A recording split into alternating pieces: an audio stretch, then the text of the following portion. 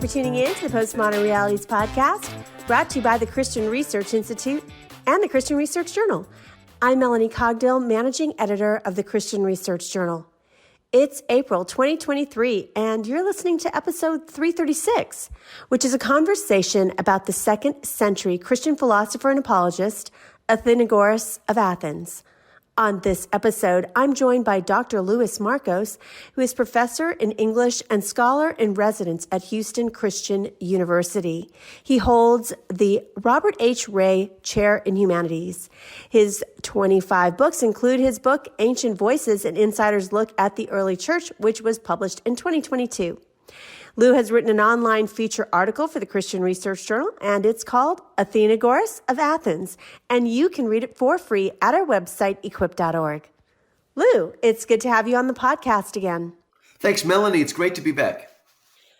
Well, first of all, before we get into our topic, I just wanted to ask you kind of a larger, broader question, and that is, most Christians probably would find this topic not very exciting, and they would want to know, why should I care about early church fathers? They don't really see it has that much bearing on their life or their faith. It is a good question, and it's something we need to really argue for. Now, the one main question is, we need to know the history of the church. Okay, Christ came, he gave us the Bible, but that doesn't mean everything is perfectly clear after that. The early church fathers had to fight hard to explain in clear terms the theology on which our faith is based. They had to work hard to be Christians in a society where they're part of that society, but not of it. They had to work hard to found the church. I think some, especially evangelicals like myself, we have this idea that snap your fingers and there's the church. Well, it took a lot of work to establish that church. But you know, Melanie, today, I think it's particularly important for Americans, especially evangelical Americans, to know the early church, because we're almost back to what they were like. They were in Rome in a very pluralistic society where there wasn't a sense of absolute truth, where there were competing gods, where people were living lives of immorality and justifying it. What I'm saying is that, in a sense, we are living in the new Rome. And if we can study the way these early church fathers reacted to that, I think it will help us to understand how do we live in a postmodern and in many ways a post-Christian society. And finally, really quickly, I still hear people saying this nonsensical idea that Christian theology was made up by Constantine at the Council of Nicaea in the 4th century. Well, if you read the early church fathers right from the 2nd century, you will see they already understood the full nature of the gospel and were fighting for it. So there's none of this conspiracy theories of Constantine making it up. We need to know the foundations of our faith from the beginning. Well, your article is titled Athenagoras of Athens, and I want to start out just asking you, why don't you introduce who he was?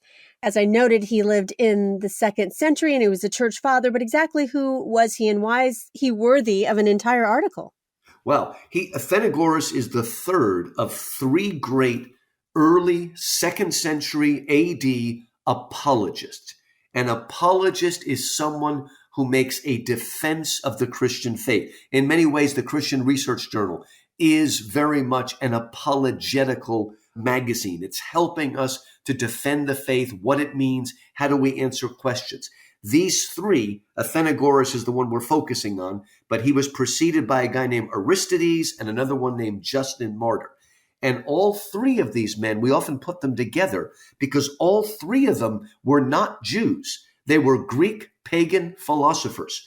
They grew up studying Plato and Aristotle and Stoicism and all of the best of ancient Greek wisdom.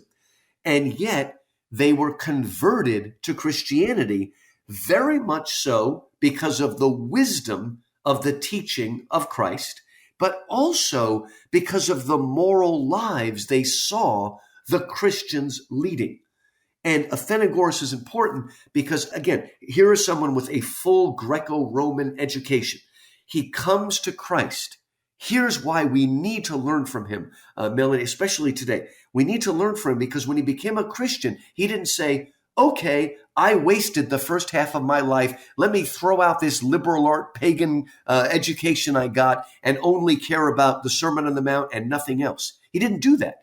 He gave his life to Christ, but instead of throwing out his pagan learning, he took that learning and offered it up to Christ, just like Moses was educated in all the wisdom of the Egyptians, or more to our time, C.S. Lewis, who was taught by an atheist named Kirkpatrick, but he then took all the logic and rhetoric and all that stuff he'd been taught and used it to defend the Christian faith. So Athenagoras, the third of these three, was someone, he didn't abandon his education, he rechanneled it. So you're no longer a fisherman, now you're a fisher of men. You're no longer a Greek pagan philosopher, you're now a Christian philosopher who's taking what you learned and offering it up to Christ.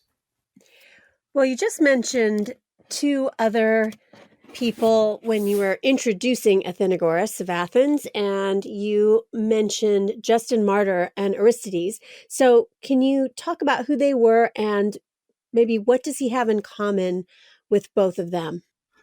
Again, they were pagan philosophers. They were highly educated. They were sort of well-off people. And they could have gone on and lived a very easy life as a sort of elite educated person. Think of somebody from Harvard or Yale, whatever.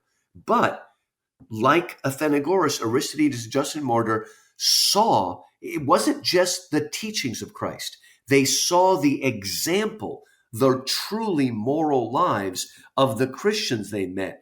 And that converted them. As much as the gospel itself, it was seeing the Christian disciples living out that gospel in the real world.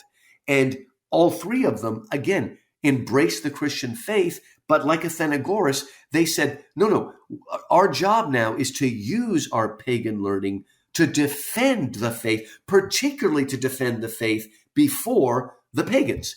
And all three of these men, we put them together because all three of these men actually defended the faith before the emperors in Rome, which is a pretty amazing thing. They got a chance to have an audience with an emperor and try to speak up and defend the Christian faith.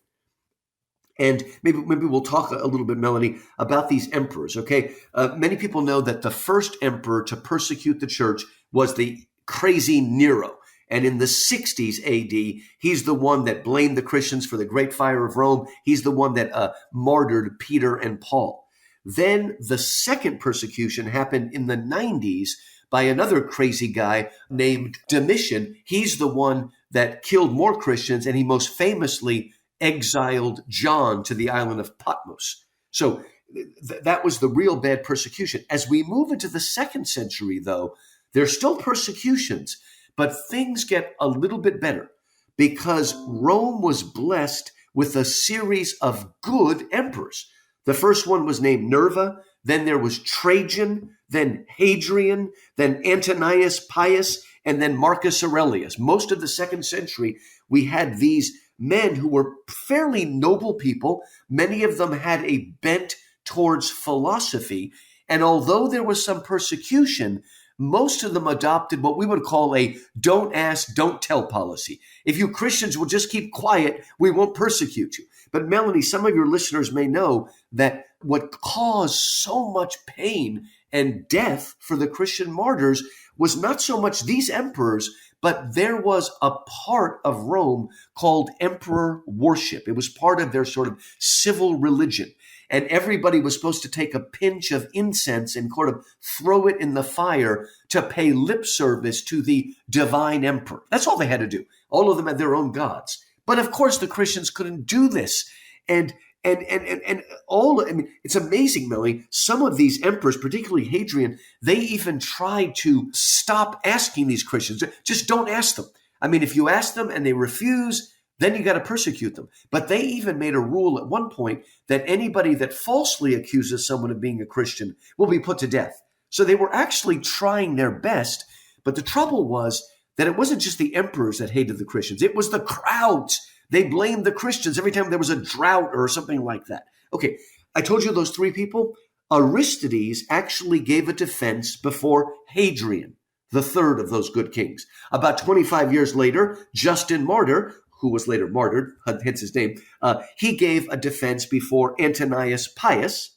And then our man for today, Athenagoras, gave a defense in front of Marcus Aurelius, right? And what they were trying to do is not exactly convert these emperors to Christianity. That would be like a later step. Their first step was just to convince the emperors, the leaders of Rome, that the Christians were good, moral people. Because, Melanie, there were rumors spread that because Christians called their fellow Christians brothers and sisters, they started accusing them of incest. And because they talked about the Lord's Supper of, eating the body and drinking the blood of Christ, they actually accused them of cannibalism. So these people, particularly Athenagoras, now let's focus on him. He was someone who came forward and said, no, the Christians live good, moral lives. They are intelligent. They're sort of philosophical. They think about what they're doing. They have traditions. They are not a threat to Rome. They are, in fact, good citizens. I want to ask you, I think most Christians have probably heard at least, of Socrates. That's probably the only Greek philosopher that most people, Christian or non-Christian, can name. And so did Athenagoras, Aristides, and Justin Martyr, did they have anything in common with him at all? It really is fascinating, Melanie. And we as modern day apologists can learn from Athenagoras as well as Aristides and Justin Martyr. We can learn from them how to direct our apologetics towards a specific audience.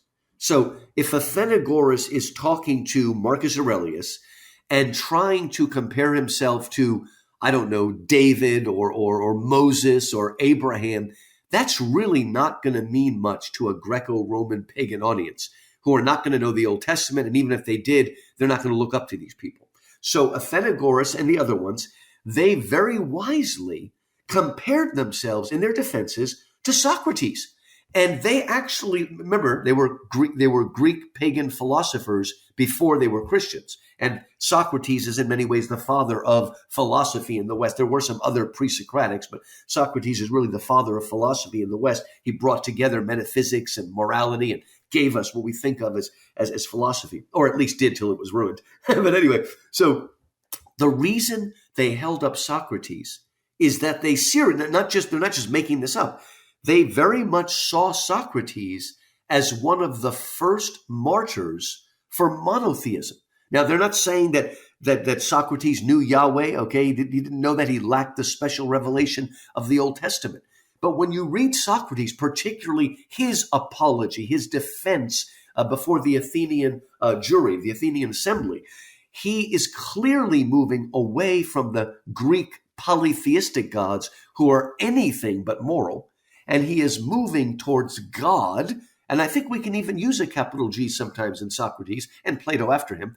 He's moving towards a single God who is the standard by which you can measure all that is good and true and beautiful. So they held up Socrates as someone who, like them, was standing up for a higher God, standing up for moral standards. See, Athenagoras, he knew, and he tries to explain that Socrates was put to death because they accused him of advocating foreign gods. Well, the Romans accused the Christians of being atheists because they only had one God, right? Well, pretty similar. They accused Socrates of making the weaker argument the stronger. Well, they accused early Christians of being sophists, lawyers in the negative sense of that word, of twisting the truth. No, we no more twist the truth than Socrates did. They also accused Socrates of corrupting the youth. In the same way, they accused the Christians of immorality, incest, cannibalism, and other things. And in the same ways that Socrates defended his beliefs and his way of life as moral and as actually higher than the pagans of his day, in the same way Athenagoras is making that defense before Marcus Aurelius. As I've noted recently, we haven't had any new written reviews online at Apple Podcasts. It's been since last September, which has been quite a while. So I am just asking you, if you regularly listen to the podcast, please help us out and do us a big favor by going to Apple Podcasts and just giving a one-sentence review. Why do you like to listen to this podcast? What's your favorite thing about it? And, as you know, life these days is driven by a lot of data, whether we like it or not. And that includes people finding out about this podcast. And the best way they can do that is if you rate and review it. Now, I know not everyone has time to write something, but we'd be really grateful if you did. But I would hope that you would be able to help us out, at least with a starred review. I want to just read the most recent review from September. The title is informative and interesting, and Shakaboy07 says, I subscribe to the journal. The podcast helps me get to know the authors. The topics and conversations are interesting and relevant, very enjoyable. So thank you to that person for tuning in. Thank you to you for tuning in. And as always, we are really grateful if you could even give us a tip if you would like. And you can do that really easily at our website, equip.org. Go to Journal, follow Postmodern Realities, and at any of the landing pages, there's a link where you can give us a tip. Maybe you could give up a couple of lattes for the week or the month, or maybe pause your streaming service for a month and give us a tip of $5, $10, or $20, something like that. We'd be very grateful. Now back to our conversation with Lou Markos about Athenagoras of Athens. Well, earlier you were talking about why Christians should care about this topic, and just talking about how our time is not that unlike Roman society back in the day, which was very pagan and, very licentious. And so are there actually anything that's a good thing, or what kind of virtues, if there were any, did the early church during that time share with Romans? It's a good question. And here's an amazing thing, Melanie. So, a lot of the society of Rome is doing this debauched stuff, but the Romans themselves, and especially their leaders, are holding up the old virtues and traditions of the Roman Republic. They still valued them. That doesn't mean they always followed them, but they valued them. So think of America in the 50s, right? There was still, lots of, adultery and all sorts of things that were going on, but at least America was holding up. This is what we believe a family should be. This is how husbands and wives and children and whatnot, this is the way we should behave. This is the way that even employers should behave and employees should behave. We didn't always follow those things, but we at least believed that there were values that we should live up to. Well, in the same thing, the Romans put a very high price or value on pietas, piety, but piety for the Romans actually meant more like duty. It wasn't so much an emotional thing as it was the duty that you owe to the ancestors, to the gods, to the state, things like that. They believed in duty. They also believed in unity as a good thing. And most of the early church fathers speak of unity as a good thing. We're the body of Christ. They will know you are Christians if you have love for one another. They stress that.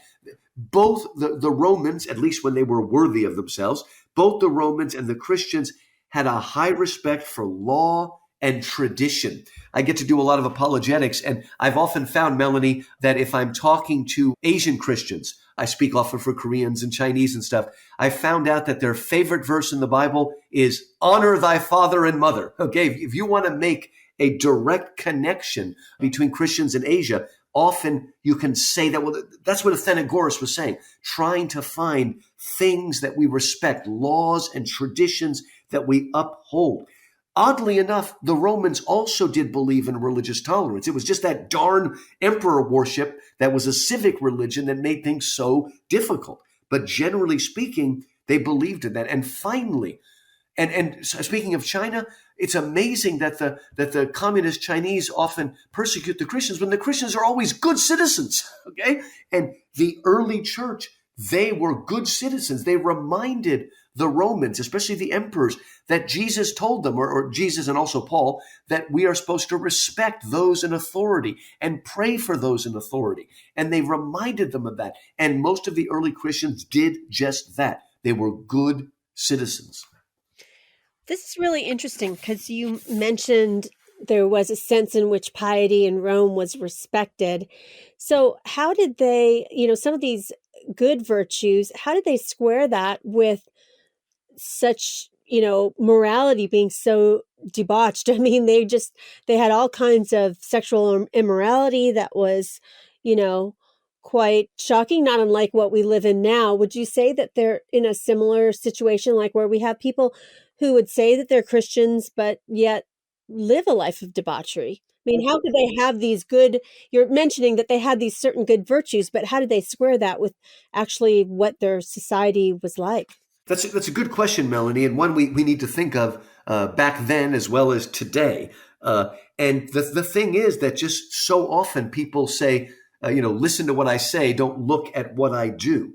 But I think actually your question is very relevant to Athenagoras' defense, because Athenagoras reminds Marcus Aurelius, the emperor, that although the philosophy of Greece and Rome, the philosophical schools like Stoicism and whatnot, they were able to make their disciples smarter and more successful.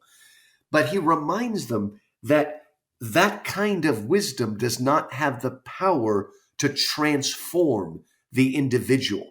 What I like about Athenagoras, maybe because he's later, is he moves past just a defense of the faith. And in his work, it's called a plea, he moves forward onto the offensive and says, look, what Christianity has that none of the pagan schools of philosophy had, that even Plato and Aristotle or Cicero did not have, is the ability for God to be inside of us in the form of the Holy Spirit and transform us from within. The pagans obviously did not have access to the Holy Spirit transforming them.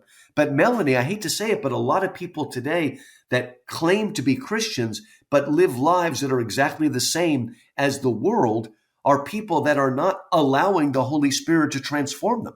Maybe they are saved, but they want to just go on living the way they are. And the Bible does say if we keep, saying no to the Holy Spirit, we will actually sear our conscience.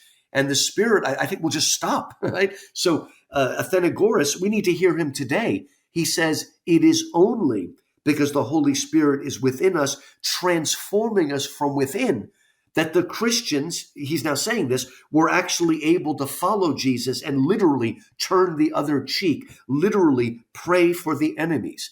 That's not something we can do out of our own human power.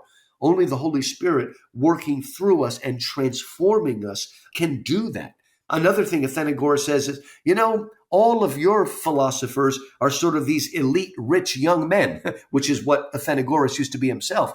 But if you look among the Christians, you will see that this life-changing transformation is there in men and women, in the old and the young, in the rich and the poor, in the highly educated and the uneducated, that only the Spirit can transform us. And I just think we're in a situation, Melanie, where we don't want to be transformed. We want to just say, okay, I'm saved, and then live by the values of the world around us. I got to tell you something that really convicted me when I started reading all these early church fathers, especially in the 2nd century. They took the Sermon on the Mount really literally. They didn't believe they were saved by works, but they expected their disciples to sort of live by the very high standard that Jesus set. So it's something that's, I think it gives us pause and makes us be a little bit self-reflective about ourselves and our own society.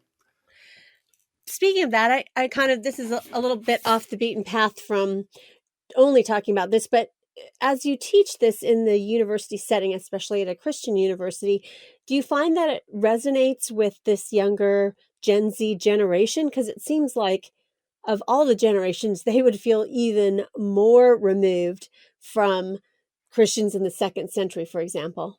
I think they do it. The one thing that I do think touches them is I do think that they're looking for authenticity. I mean, all young people hate hypocrisy, but I think they're particularly seeing that hypocrisy. And they're not only seeing it in their parents, they're seeing it in the millennials that came just before them. And they don't want to be like that, okay? They want to be more authentic. I do think, Melanie, I'm noticing over the last 5 years that when I'm teaching, say, Homer, Virgil, Dante, and I get to the point where I try to give them what I call life lessons, I notice that they perk up even more than students from 10 or 15 years ago, that they are looking for direction. They're looking for authenticity, for transformation. They really do want justice. But unfortunately, all they ever hear is this social justice, which is basically Marxism with a veneer of Christianity. It's nothing different than what was called liberation theology 50 years ago. It's just all recycled Marxism. And they want justice, but all that's being offered them is this Marxist stuff.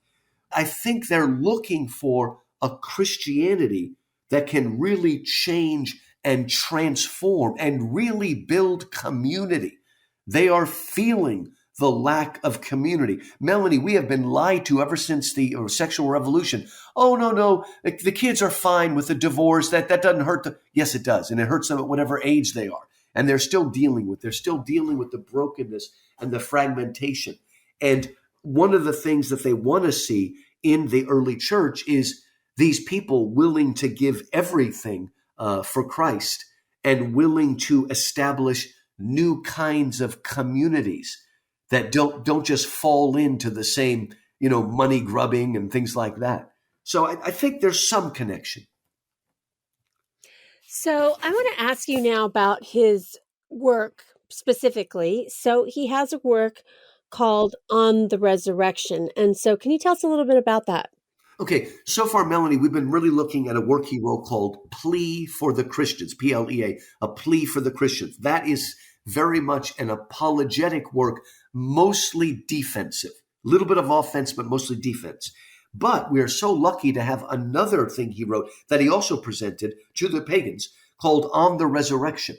And this, rather than being apologetics, is actually a little bit more theological. I think Athenagoras is important because I see him as the transitional figure between the apologists of the second century who were defending the faith and the theologians who would follow in the third century, people like Irenaeus, Tertullian, Origen, Clement of Alexandria, and reaching its climax, of course, with Augustine around 400.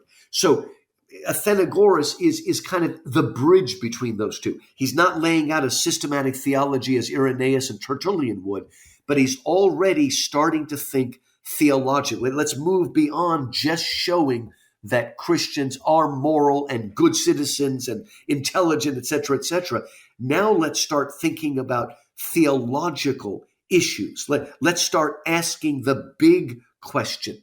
Let's show that Christianity is not only a way of life and a religion, but it also is a philosophy and a theology that has access to greater wisdom because it's got the direct revelation of the Old and New Testament, and it's able to move beyond that. So in this wonderful work on the resurrection, we're getting the real beginning of a more in-depth and unique kind of Christian theology that's borrowing from Greeks and Romans, but transcending them and moving into something that is uniquely Christian. Now, he did write about the telos of man and man's purpose and how we're different from other parts of creation like animals. And so why did he write about that? Let's talk about this because, all right, Plato and Aristotle, right? Aristotle is the one that really gives us that word telos. It means end, but like in our language, end can be when will this class end, right? What's the end point? But end can also mean if I say what is the end of this class, I mean what is the purpose of this class? What am I trying to achieve? What am I trying to teach you? So the word telos has both of those meanings. It's a purposeful end. And one of the things that Aristotle did is he said that every creature has a telos. We are all born with a special purpose that we are seeking after. See, Plato talked about the forms, the perfection of things that are up in the heavens. What Aristotle did is put those inside. Every one of us is born, just like all Christians. And I would argue most people, even those who claim to be an atheist, believe that they're born with a purpose, and part of our job on this earth is to figure out what our purpose is, what it is we're supposed to do, what are our gifts, et cetera, et cetera. I think all of us have that innate sense. And what he's arguing here, and it starts with Aristotle, but it moves, is that the telos of man is different than the telos of animals. The telos of animals are a means to an end, right? They're there for us partly, but man is unique because each of us is an end in ourselves, right? Animals do their purpose and they die, but we are created to live forever, right? We have a telos or purpose that transcends anything else in nature. We're part of the animal world, right? We have bodies, we have flesh, but God has created us with a purpose, and that purpose will not be completely fulfilled until we're in the presence of God in heaven. So the vision of man is much, much stronger. There are intimations of it in Plato and in Aristotle, but Athenagoras is starting to show how much more the Bible and the revelation of Christ can teach us about our deep innate purpose. So in your article that you wrote for us, you noted that Athenagoras wrote that humans are enfleshed souls rather than souls trapped in a body. So why does this distinction, apply to the resurrection of the body, for example? I'm glad you asked that, because this is something we need to learn just as much as they needed to learn it in the 2nd century. Melanie, I can't tell you how many Christians believe that when we die, we become angels. One of my very top 10 favorite movies is It's a Wonderful Life. Great movie, but bad theology. We do not become angels when we die. Angels are a totally different creation. First, God made angels, and they're purely spiritual. And then he made animals that are purely physical. And then God made us. We are not, as the Greeks thought, we are not souls trapped in bodies. And we just need to escape from the body and be free and float around on clouds. Too many Christians have that view of heaven. That is not a biblical Christian view of heaven. We are not souls trapped in bodies, but we are incarnational beings who are fully physical and fully spiritual. Now, don't confuse that with the incarnation of Christ. Christ is fully God and fully man. We're not fully God and fully man, but we are fully physical and fully spiritual. And that is why one of the most important teachings of the Christian faith is not only that Jesus rose bodily from the grave, but that we ourselves will have resurrection bodies. Now, if we die today, there will be a period in which we're disembodied, awaiting the second coming of Christ, the end of the world, and the resurrection of the body, when the body will come out and be reunited with the soul, and we will continue to be enfleshed souls. That is our destiny. That is our telos. That is our purpose. Melanie, a lot of people have this idea that when the second person of the Trinity, God the Son, when he agreed to the incarnation, whatever exactly the word agreed means, but when he agreed to the incarnation, he wasn't agreeing for 33 years. When Jesus died and went back to God, he did not go back to being pure spirit like God the Father or God the Holy Spirit. Jesus is for all eternity. Jesus will continue to be fully God and fully man, 100% divine, 100% human. He is in a resurrection body. He assumed our humanity, and he will do so forever. And we too, our destiny is to be not only a perfected soul, but a perfected body. And we will continue that way. This is something that the Greeks could not conceive of. Acts chapter 17 is when Paul gave his speech before the Areopagus in Athens and talked about the tomb to the unknown God. Every one of these apologists, Athenagoras, Aristides, Justin Martyr, is acting like Paul. They're not mentioning Paul when they talk to the pagans, but like Paul, they're building bridges. They're trying to show connection. But remember, The pagans are listening to Paul until he says that God gave proof that Jesus was the Son of God by raising him from the dead. And then they're like, what are you talking about? Why would anybody want to get their body back? We want to get rid of our body and be pure soul. And again, too many Christians think that. But that is not the teaching. And Athenagoras, very early on, is trying to give us a theology of the resurrection body, following 1 Corinthians 15, which is the great chapter on the resurrection body that Paul writes. Well, speaking of a resurrected body, that does also need to probably apply to the final last judgment that's talked about in the book of Revelation. And so, why is it important that we do have physical bodies that are resurrected, both the Christians and the non-Christians? I mean, how does that apply to the final judgment, not just the life to come for Christians? This is an important question, Melanie, and it's one that Athenagoras addresses directly. And I think we need to read him today because this is important to understand. All right. Again, we are not souls trapped in bodies. We are enfleshed souls, fully body, fully soul, fully physical, fully spiritual. And that is who we are as a person.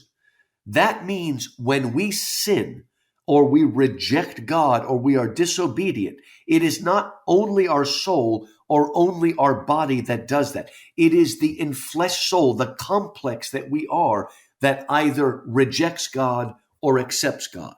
It is not just our soul. And if we are going to have rewards and punishments at the end, heaven and hell, if it only is a soul, then the reward is not being given to the person that did the good things or the punishment given to the person that did the bad things.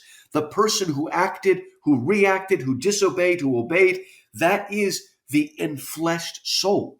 And so if there is going to be any justice, that which is in heaven or hell must continue to be the enfleshed soul. I hope that makes sense. It's a difficult argument, but it's a very important argument. And here it is in the 2nd century AD. Already Christians are working hard to understand the full implications of what we believe as Christians. When we say, I believe in the resurrection of the dead, what fully, and of course the creed hasn't even been written yet, but they did believe in the resurrection of the dead right from the beginning. And this is one of the many reasons why that is important. The person in heaven or hell will be the person that made decisions on the earth. Otherwise, there is no justice. Well, speaking of justice, I think that there's a lot of Christians today that would find that idea of someone having a physical body away from the presence of God in what we would call hell to be unjust. And that's why they would hold to annihilation. In other words, those people wouldn't suffer physically. They would just be destroyed. And then Christians, though, would continue to live on in the presence of God. You know, I'd like to believe that, Melanie. I've read most of the books on annihilationism. And I will admit that they often do come up with some good verses to back up what they're saying. But Melanie, this is just my argument. I don't think anybody reading the Bible would come away with that. You only have to come up with that theory first and go back and look for proof texts. Because again, we need to understand who and what we are. Let me use a big word, ontologically, the nature of our being. God never created us to be a separate soul or body. We were created to be an enfleshed soul. And that is who we are as a person, as a creature made in God's image. And I don't know, it would be nice to believe in annihilation. I'm not going to, I wouldn't go so far to call that heretical. I would call it maybe heterodox. But you know, maybe the answer comes somewhere in the middle, and that's in C.S. Lewis, who's playing off of Dante in The Great Divorce and saying that what is cast into hell is the remains of a human being. There's still someone there, but it's like there's not much left. It's like a shadow or a greasy stain on a window. I kind of like Lewis's argument. It's somewhere between the two. But again, what God made cannot just so easily be destroyed. God made us to be immortal and eternal. And so for there to be true justice, there needs to be consequences. Now, like I said, maybe the person in hell is so dehumanized, there's almost nothing left to them. We've met people like that on the earth, unfortunately. But a pure annihilationism just doesn't seem possible given the way in which God created us.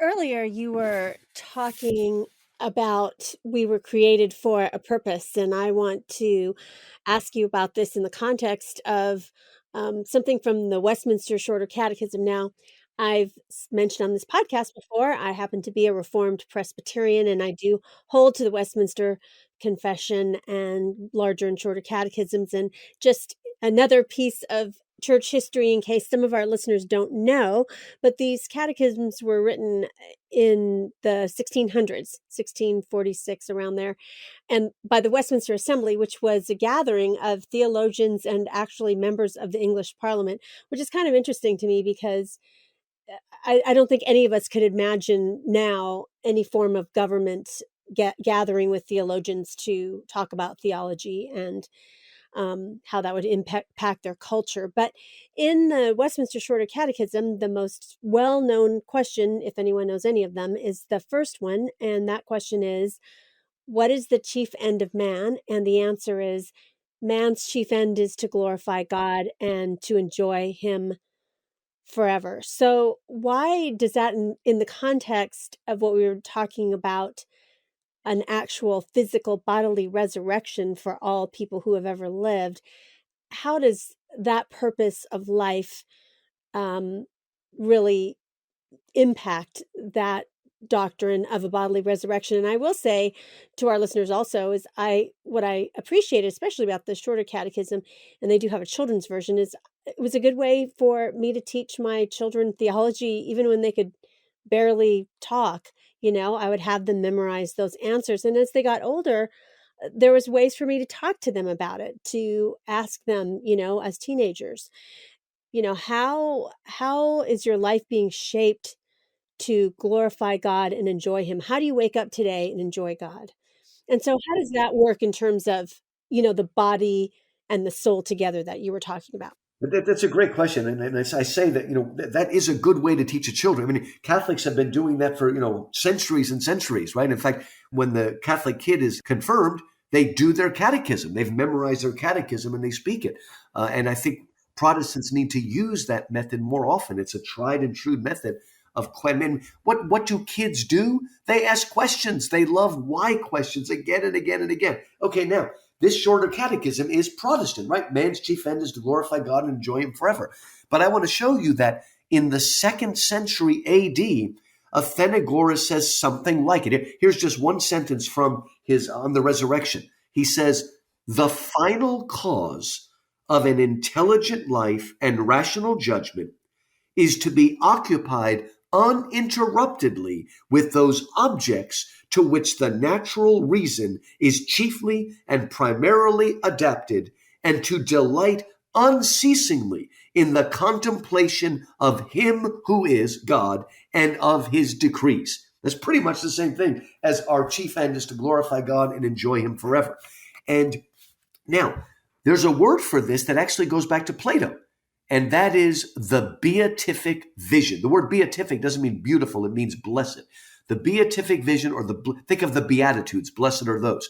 The beatific vision is the belief that the highest goal, they understood, Plato and Aristotle, that the highest goal of man is contemplation. It's even greater than the active life, it's the contemplative life. But here's the difference. For Plato, the ultimate is to contemplate the forms. That was Plato's idea, that in the heavens there is the form of truth with a capital T, beauty with a capital B, justice with a capital J. Now that's a wonderful vision, Melanie, but what you are contemplating is finally impersonal ideas or forms. Thank God that the theologians of the church understood that, yes, we will contemplate, but not impersonal forms. Our greatest joy and desire is to contemplate the personal triune God. And we will contemplate and praise and enjoy him in the fullness of body and soul. If we didn't fall, we probably would have still ended up in the New Jerusalem, ended up in God, praising him in our body. But because of sin and the fall, we have to die before we can do that. But I do think it was God's plan all along that we would be living directly in his presence and, again, glorifying and enjoying him forever. And again, we do this with the fullness of our being.